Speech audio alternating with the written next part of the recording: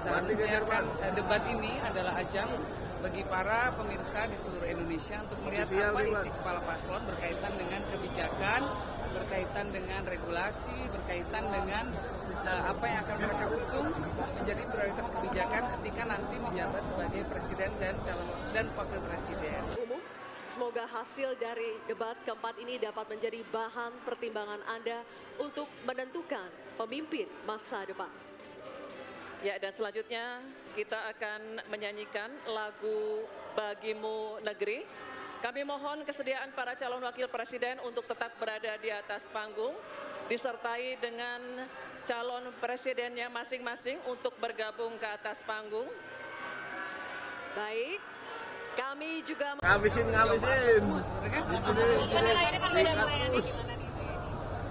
Menurut saya banyak substansi yang coba diungkap oleh ketiga paslon, ya. Baik sebetulnya secara umum, walaupun ada satu dua masalah ketika berkaitan dengan sikap. Jadi seharusnya kan debat ini adalah ajang bagi para pemirsa di seluruh Indonesia untuk melihat apa isi kepala paslon berkaitan dengan kebijakan, berkaitan dengan regulasi, berkaitan dengan apa yang akan mereka usung menjadi prioritas kebijakan ketika nanti menjabat sebagai presiden dan wakil presiden. Nah, agak sedikit disayangkan sih bahwa kemudian suasananya menjadi sedikit rusak ketika ada persoalan cara menyampaikan debat yang tidak sesuai dengan norma kesopanan di Indonesia. Jadi ada penilaian seolah-olah ada paslon tertentu yang berupaya untuk meremehkan paslon lainnya.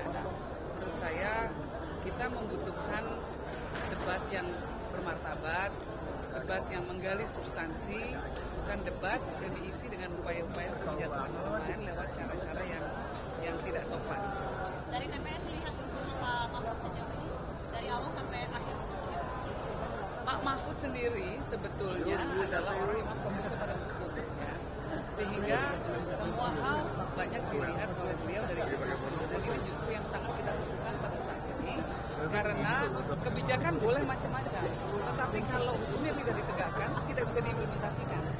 Nah, jadi fokus utamanya Pak Mahfud selalu adalah kembali kepada implementasinya dalam kaitan apakah aturan-aturan yang memang sudah banyak sekali diterbitkan di negara kita ini bisa diimplementasikan, ya, karena kita masih melihat bahwa banyak persoalan-persoalan besar secara teori seolah-olah sudah ada dasar hukumnya, tetapi ketika dalam prakteknya kita melihat bahwa masih banyak sekali terjadi permasalahan karena apa?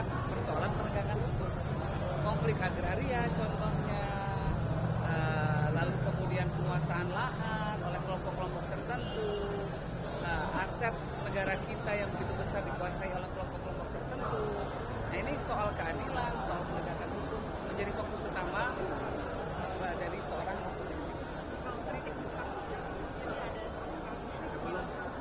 itu. Kita berharap bahwa debat ke depan itu betul-betul mendidik, baik secara substansi maupun secara etika.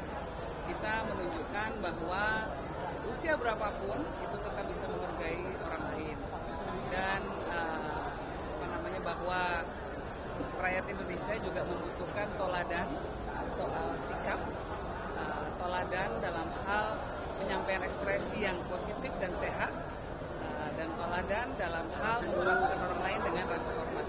Pemimpin kita harapkan ke depannya adalah orang-orang yang bisa menunjukkan, bisa berekspresi di ruang publik, tidak menjatuhkan orang lain, ataupun secara sengaja menjatuhkan orang lain.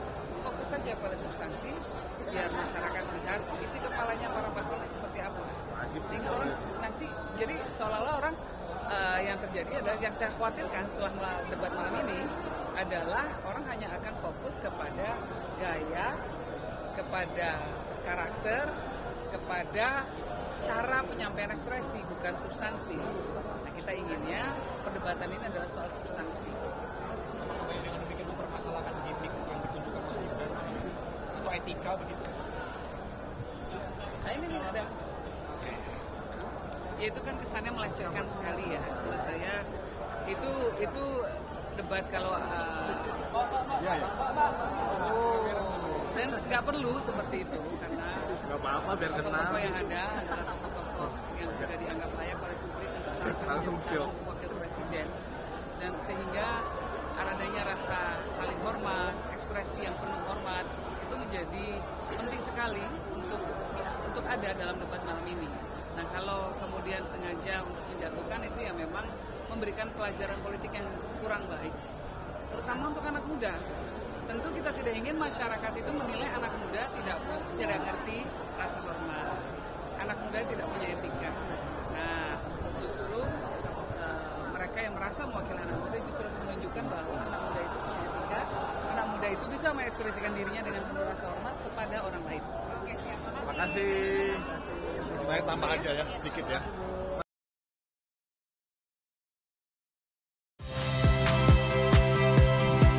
Saya Cynthia Rompas.